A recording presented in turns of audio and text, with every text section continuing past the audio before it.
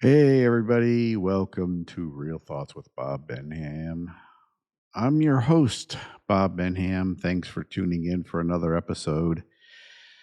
I know it has been a while, and I apologize for that. Unfortunately, I have been under the weather, and I've also been under the knife. I did get my hip replacement done, and today, as a matter of fact, it's been 3 weeks since that surgery has taken place. And I can honestly say that the arthritis part of it uh, and the pain associated with all that feels great. I don't have any of it. Uh, the only pain I have right now is the recovery pain part of it from all the rehab and therapy and all that that's going on. Uh, all I can say about that is, wow. Um, it is, it's kicking my behind pretty good. But hey, it is what it is. I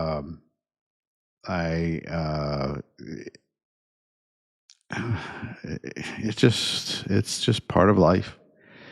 I am getting along pretty good. I am using a cane. I used a walker for about the first week and a half, going on 2 weeks, and then I said, you know what? I'm getting around on this walker a little too well, uh, to the point where I just felt like it wasn't helping. It was more of a, just kind of zipping around and not giving me any help. So I switched to a cane to try to give me that work on balancing and get the leg to work on itself to get more strength and things like that, and it's working. So that's where we're at, and I'm glad of that. And then I also had uh, a procedure for my neck because I have severe neck pain and issues with my neck, and they did a procedure for that. And so far, the neck pain has been reduced dramatically, and I do have better motion with my neck, which is really nice. Uh, it's it's amazing how some of this stuff works. So that's a good thing. Um, I just hope that some of this other stuff I've got going uh, can be addressed later on, and hopefully have the same outcome as what's going on right now. Because, man, this is a lot of work to get, to try to get healthy and try to uh, at least have some kind of semblance of a normal life. Prior to these two procedures, I'll tell you what, oh, I was in a lot of pain, um, uh, miserable, just honestly, just I was causing more issues than being of any help to anybody. And so, hey, at least these issues have been addressed, and maybe, and I'm hoping with all the recovery that's going on with it, that I can get uh, do something and do things again that were a pain to do before, and be able to do them again without being a pain. So, anyway, with that,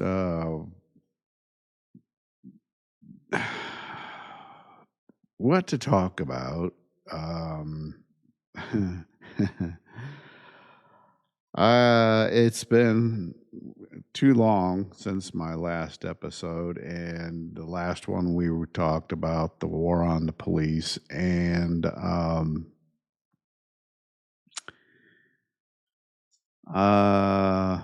all I can say is that it continues, and I have been watching it closely, and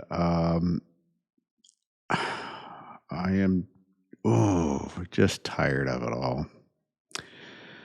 Um, these consent decrees that the federal government has on these police departments and stuff like that, I am surprised that Attorney General Bondi has not gone in and said, you know what, we're dropping them. It's over. You don't have to worry about them. These are all bull crap allegations and stuff, which they are. And this is ridiculous. What's going on? It's up to the cities to run their police departments the way they see fit.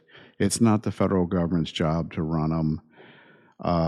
So we're just going to drop all this stuff and go forward with other matters that need to be really addressed. I'm surprised that has not happened yet. Um, it has to happen. It has to happen at some point. Um, somewhere, somebody has to drop that little tidbit of information in the president's and the attorney general's ear. I don't know who has to do it. Um, somebody from the FBI. I don't know who has to do it, but somebody needs to do it. Um, and let's see. Uh, moving on to the wonderful Democrat Party. Um, they continue to show how idiotic they are with the dumb, stupid stuff they continue to do. And that, oh my gosh. When President Trump made the address to the joint session of Congress, because it wasn't the State of the Union, it was a special invitation. And to sit there and watch those morons hold up signs, um, and then to watch that moron Green run his mouth and disrupt it, and then be removed by the House Sergeant at Arms. And it reeks of hypocrisy because of when I can't remember the congressman that yelled, "You lied. You lie," when Obama was giving his State of the Union speech, and that congressman pointed out that there was at the point when whatever point it was when Obama said something, and the congressman said, "You lie," and everybody freaked out. I mean, everybody. Um, and the thing of it was that congressman was 100% correct. Um,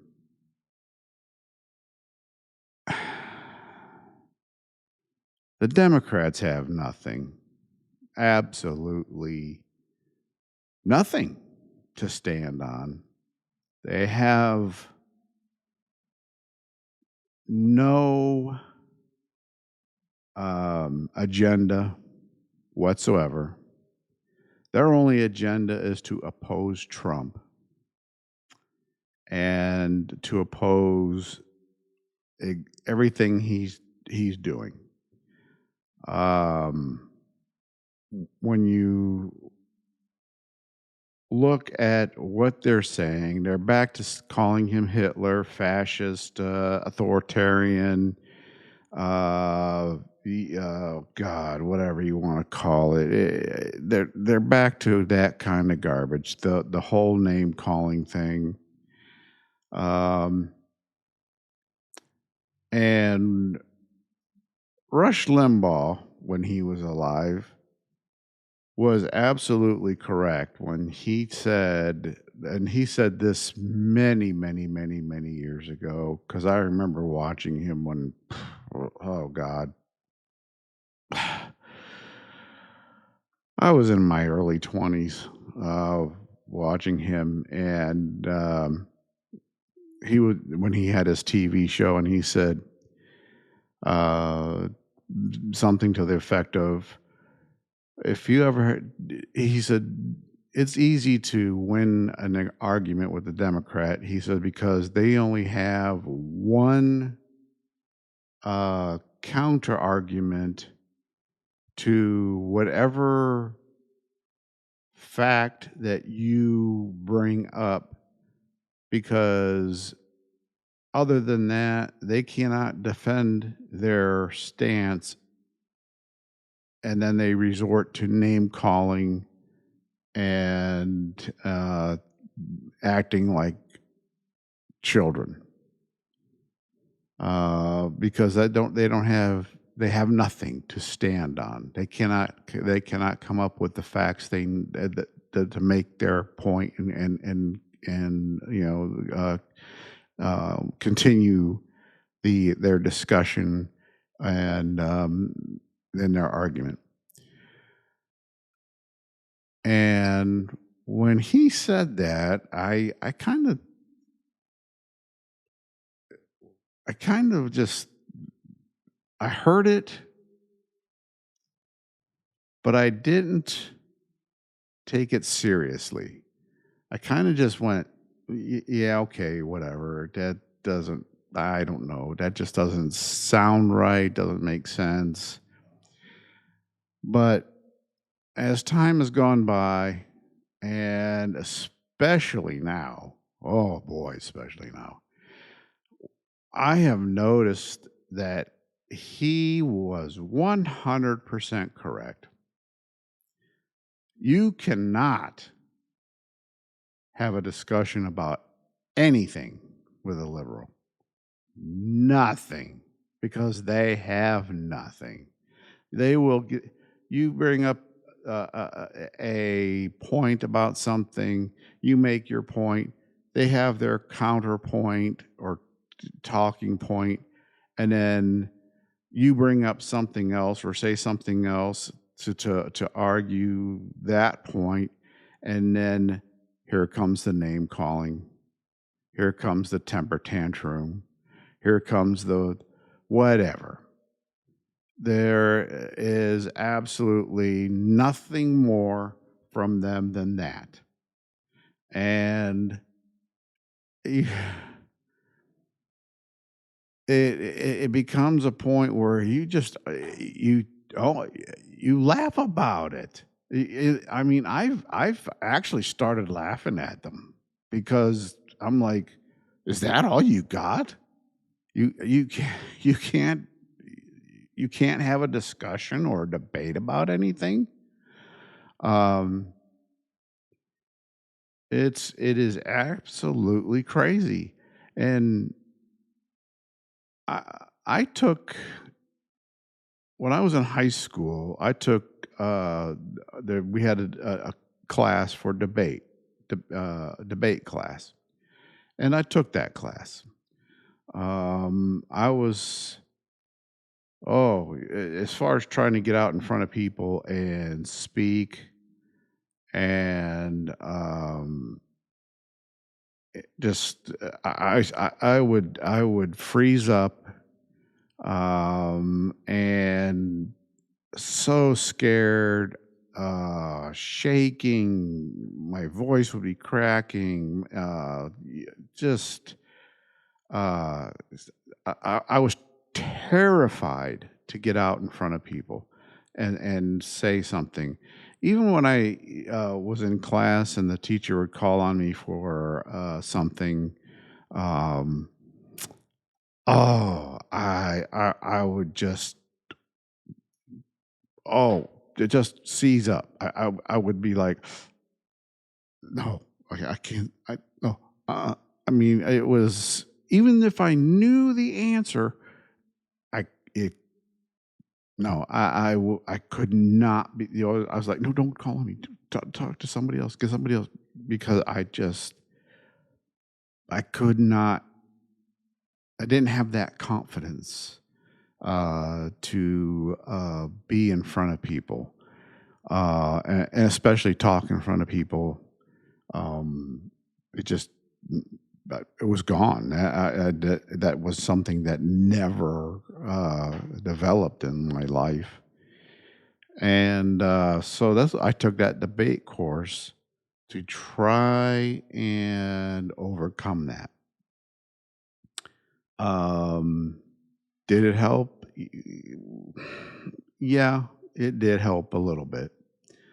Um, the biggest thing that really helped was when I went to college and I got into radio DJing in college. Um, that helped. Um, but with DJing, um, you were behind a microphone and you were talking to people, but you didn't see anybody. You were in a room. You were just talking and hoping people were listening. You didn't know who was listening or whatever. So it it presented a whole different situation. Uh, you just didn't know what what was going on. You were just hoping you were being entertaining. Um, now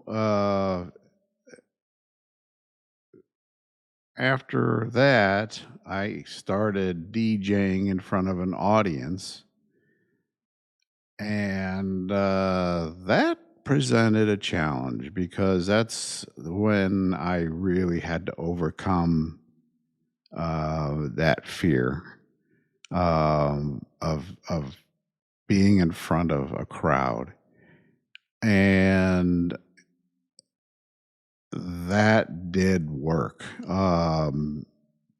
because I DJ. It's going to sound funny, but I DJ'd at a roller rink in Cleveland, and I did it on the weekends, Friday and Saturday nights. Well, actually, during the week too, but that was my main job. And to get a on, especially on a Friday and Saturday night when we had probably 300 people or more show up, um, and to have that many people there and to know that they were there and they're listening to you, and you look down and they're standing there dancing and they're looking at you. Um, that was kind of intimidating. So that you had to work through that interaction with people. Um, and that for me, that was tough. It took a little bit. Um, it probably took, oh gosh, I want to say maybe about 2 to 3 weeks of working there at the rink and doing that before I felt comfortable being in front of the audience and trying to present myself in an entertaining way and being uh, the best DJ I possibly could. So anyway, I that's how I got my uh, over my being in front of people and being able to speak and get that public speaking thing going.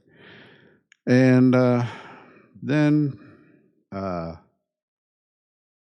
went in the Navy. Didn't do much public speaking in the Navy. Was pretty much in the background, like I usually am, because basically I'm an introvert. I don't like being out in front of a crowd. Uh, I like to be the one sitting in the back, observing and listening and watching and kind of taking it all in. Because I like by doing that, I kind of can get a good read on what's really going on and what people are thinking, feeling, um, and what they're saying about the different things that are going on. So it's an interesting uh, way of learning about things, and that's just how I am, um, and I've been that way all my life. So when I do stuff like this, when I to come out and do a podcast, um, oh, for no for the most part, it took a little bit of uh, I don't know what you want to call it, but gumption to say, okay, I'm doing this. I'm going to get out there. I'm going to get out in front, and I'm going to do something that really needs to be done, needs to be talked about for people to be able to relate to. People have their own things going on that they don't have somebody to talk to about, or maybe they need to hear that, hey, this somebody else is going through the same thing, and this is how they're dealing with it, and it makes sense that that's the way to maybe I can deal with it in that same way. You never know, uh, we're all different. I mean, uh, nobody is made the same. Nobody thinks the same. It's just a matter of taking different ideas and running with it, and that's the way life is. Um, so for me, that's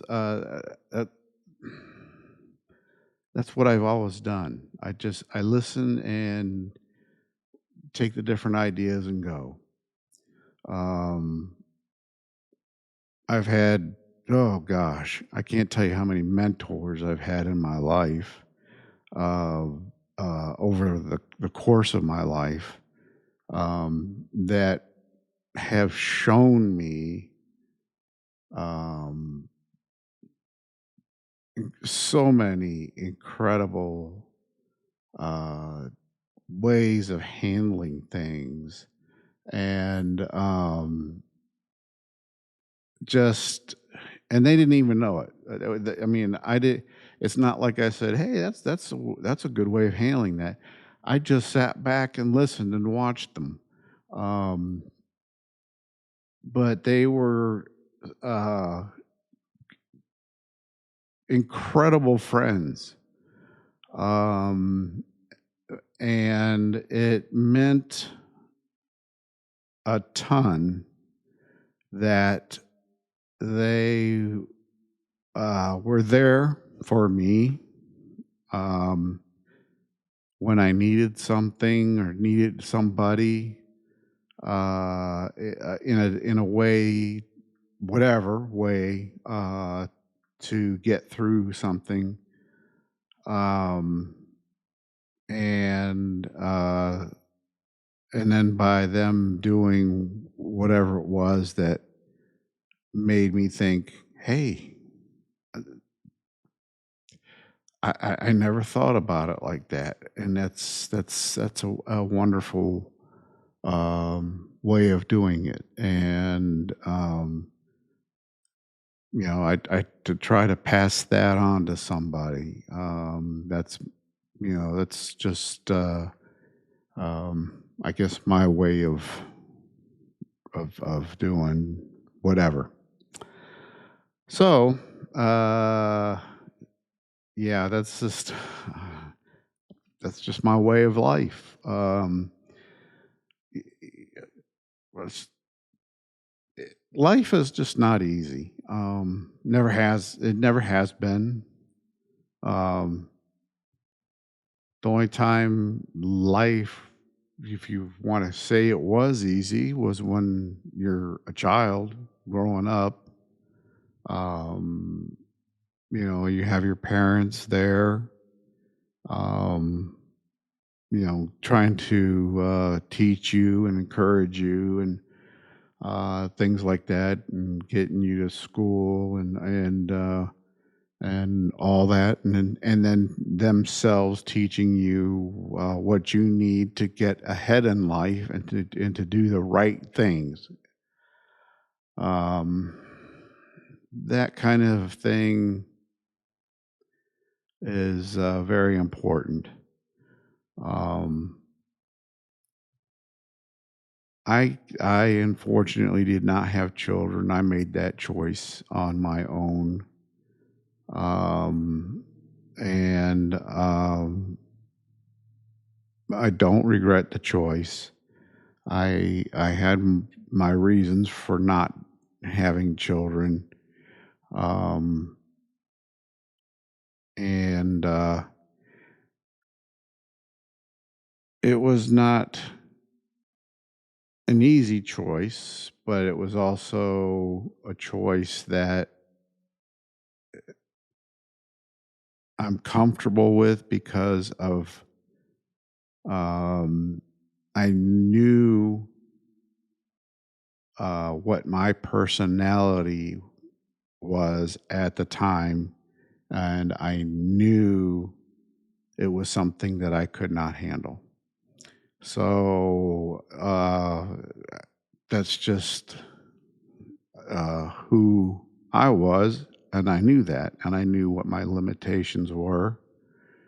Everybody kept saying, "Oh, it it it won't. It'll be different if you actually have the child. You won't be like that. You won't, And I said, "No, no, you don't understand. I know that whatever is inside me, it's not just gonna go away. It's going to be there. And unfortunately, it's going to rear its ugly head. And I don't want that to happen. I don't, it's something I could not handle if it ever did. And so I that was something I said, no, I can't do that. So that's how I left it. Um, anyway, let's back to our wonderful, uh, dumb, stupid, idiotic Democrats and um, the people that support these idiots. Um, I know I've lost a lot of friends because of all the garbage going on, and it hurts because of it. It hurts because they're not open minded enough to know that they can't see the truth. Um, they can't see the evil that they're perpetuating. Um, even when lay it out right in front of their face, they deny it. Um, and it's really sad to see that. It just I just don't understand. Um, all I know is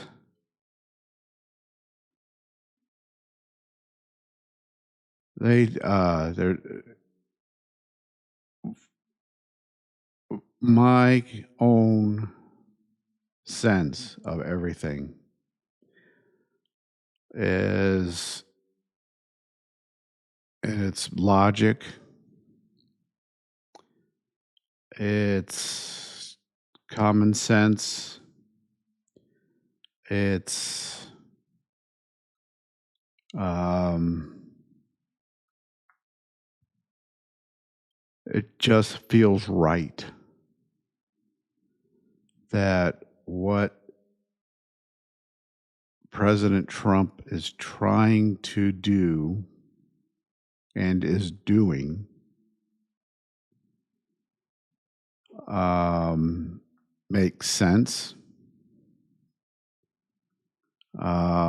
and is trying to help the American people, which is what his job is as president of the United States. Um, I look at the comments of some of the Democrats, and one that just popped up today was from good old Maxine Waters from California, that dumb old idiot.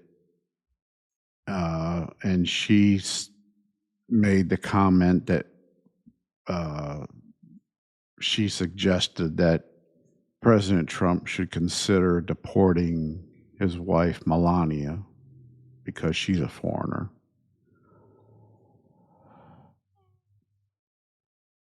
And that's the dumbass comments that these idiots are making. Uh, even though Melania is a U.S. citizen, even though uh,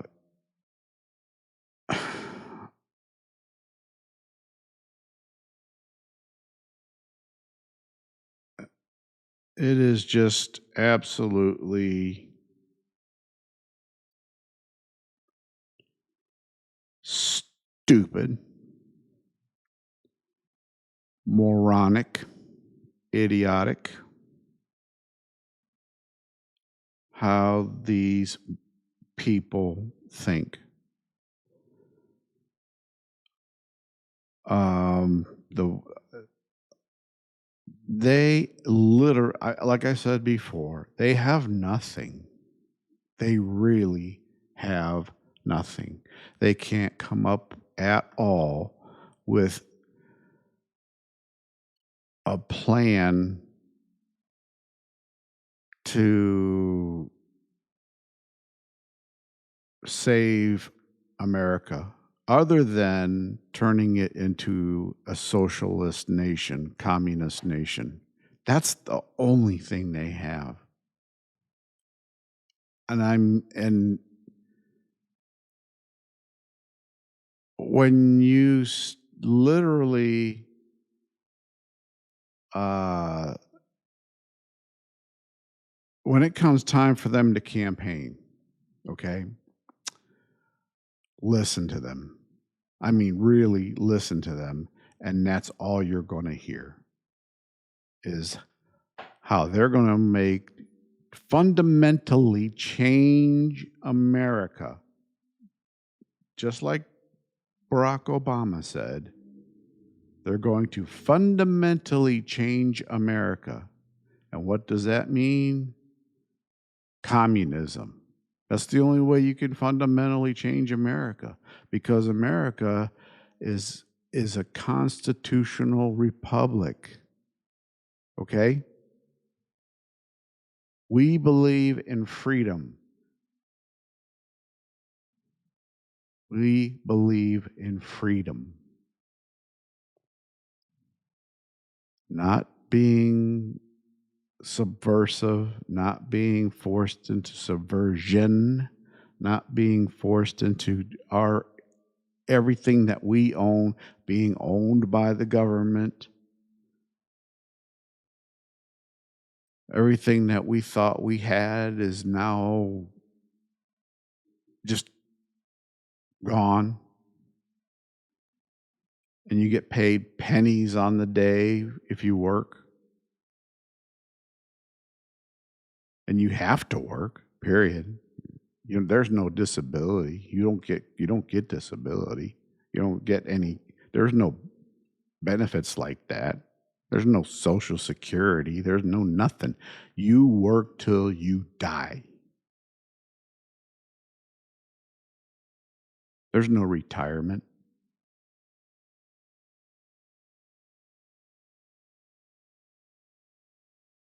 That's what the Democrats stand for. Just listen to them. They're not afraid to tell you.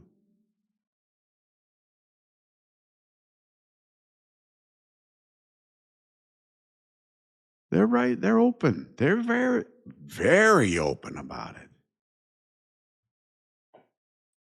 They're like, hey, this is what we stand for. We're not for capitalism. We're not for freedom.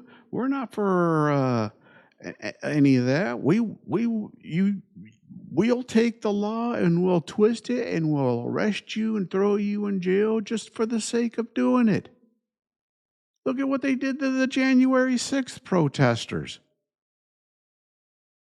They just threw them in jail. Never charged them, just threw them in jail.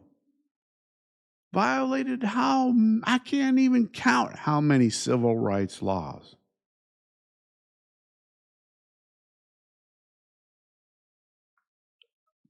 That is communism. That is the definition of it. That is totalitarianism, tyranny, fascism.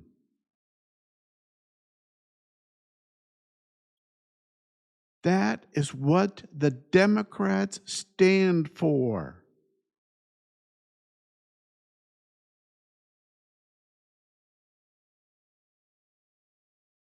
But yet they'll say that, oh no, no, we're for we're for freedom. We're for democracy.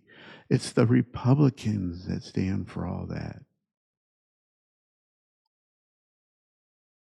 But you look and you if you are smart and are open-minded, then what do you see if you really, really look in that way? You see the freedom and all that stuff that it being done is being done by the Republicans. They're ensuring the freedoms. They're ensuring that there's free markets. They're ensuring that capitalism is going on. They're ensuring that we have the right to our own money. We have the right to have our own property. We have the right to do what we want to do as citizens of the country. We have our freedoms.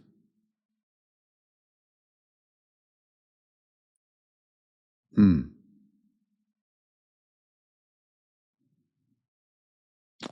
I know which way I'm voting.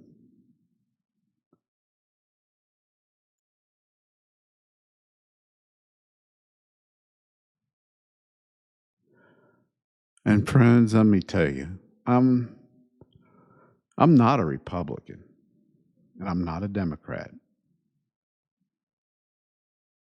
and I'm not an independent. I registered as a conservative, and that blew the state of Ohio away. They when I put that down on my voter registration card, she looked at that and went, "What?" I said, that's what I'm registering as." She was like, I don't know if we can accept that." I said, "Well, you're going to have to." And I left it on there.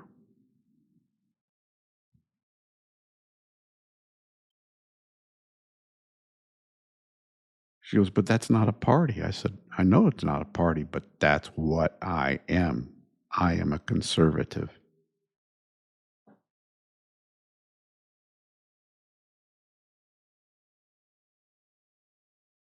I believe in conservative values. I believe in the Constitution of the United States of America.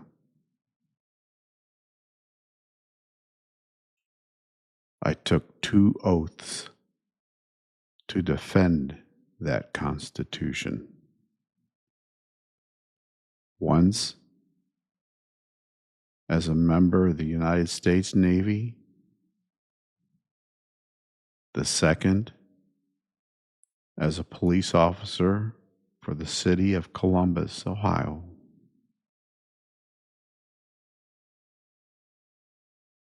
Neither time have I been relieved of those oaths.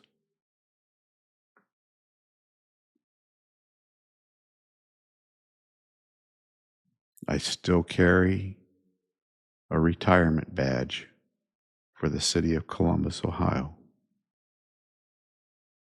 with a retirement ID card.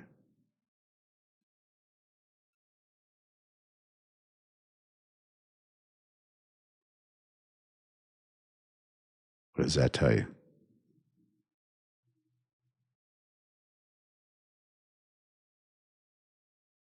People,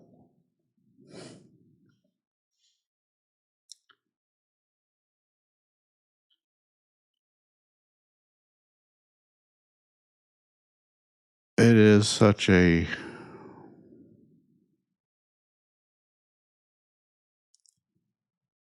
strange time that we're living in right now.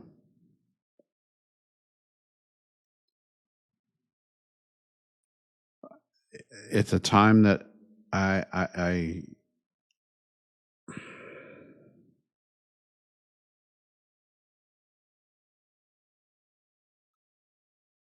I really I struggle with and have a hard time grappling with because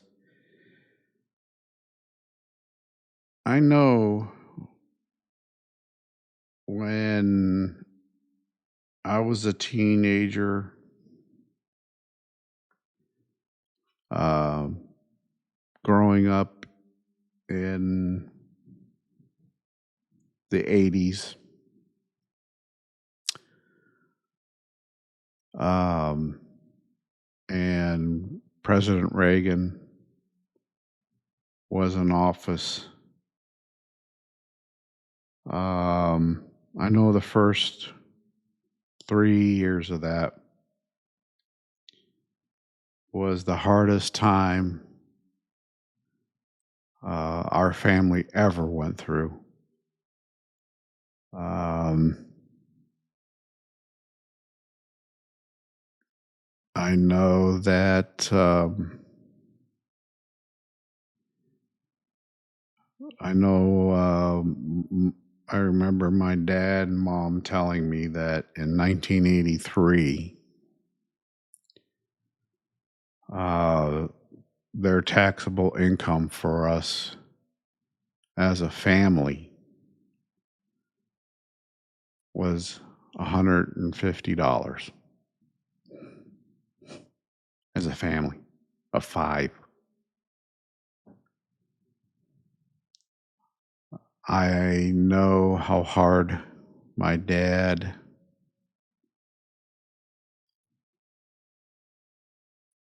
um, horse traded and worked just finding scrap metal, whatever it took to make ends meet for us. I remember us being on welfare because we didn't have health care insurance, and my mom had severe asthma, and she was in the hospital about every seemed like well, it was about every 3 months, and she spent about 2 to 3 weeks in the hospital as they were trying to get her to recover from those severe attacks. And and back then, kids couldn't visit in the hospital. They were not allowed in the hospital rooms, so it was hard. I mean, you to go 3 weeks without seeing your mom. Um, that was a very difficult time.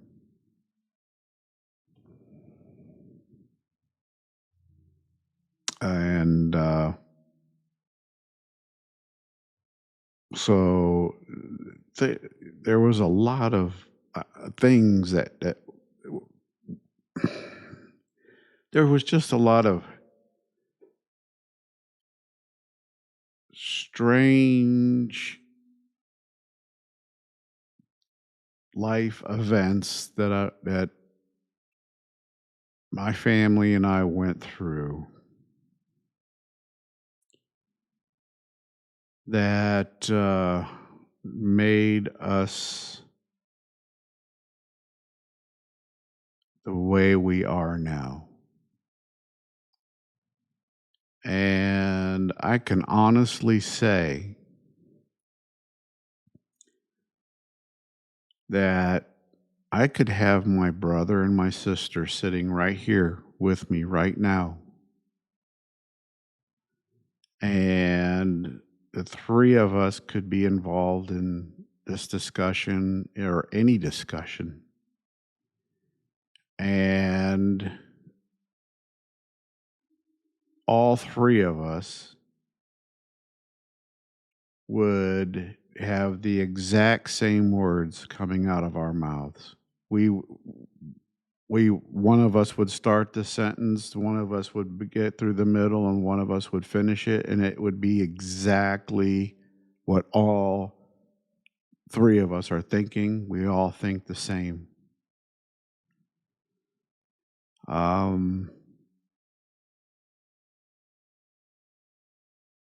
That's rare. That's very rare, but it's also a beautiful thing.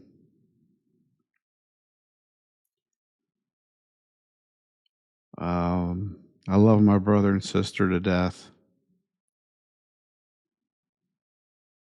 I love my nieces and nephews to death. Although I was gone for the majority of the time that they were growing up because of me traveling with my late wife after I retired from the police department. But I have been around them here quite a bit in the last few years, and uh, they're great kids.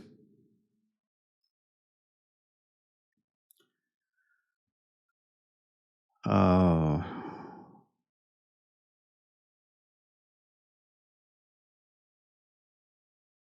I feel bad for them because of the world we live in right now. And I just pray that we can somehow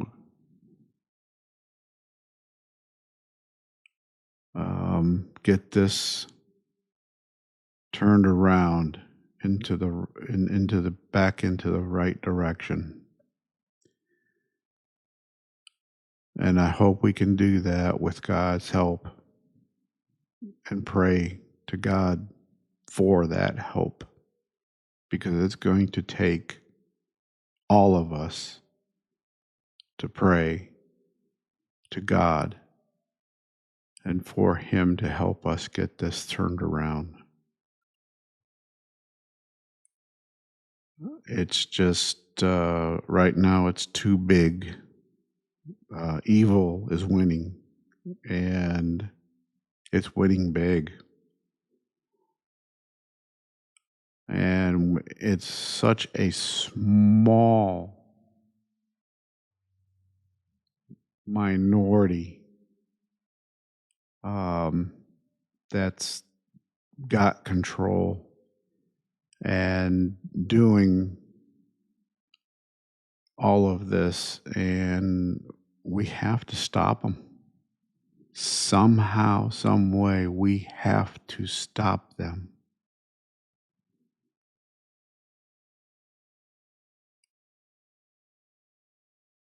And I know in my heart that President Trump was saved from that assassin's bullet to start that process of turning things around and putting us back on the right track. I know it.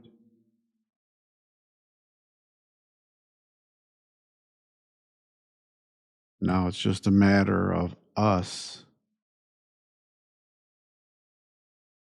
getting on board and helping and doing and making that push as well to get the job done. He can't do it alone. He can't. He needs us behind him. He is a leader.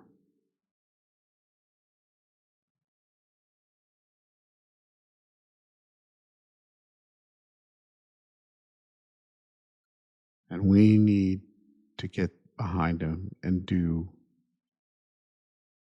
the job that's at hand and get the evil out.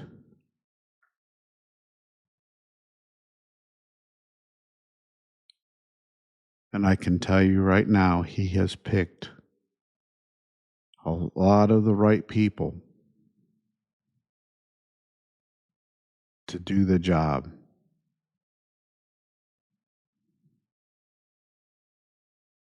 There's a lot of good leaders in there, a lot of good leaders.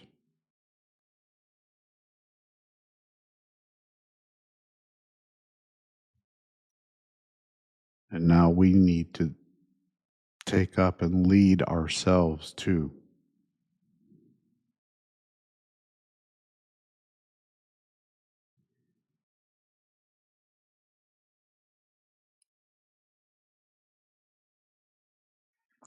And with that, I'm going to sign off on this episode.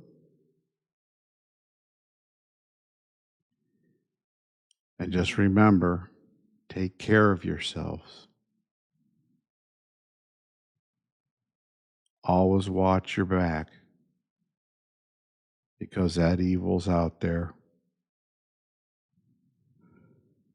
And God bless you. God bless the United States of America. And until the next episode, you all take care. Be safe. Bye for now.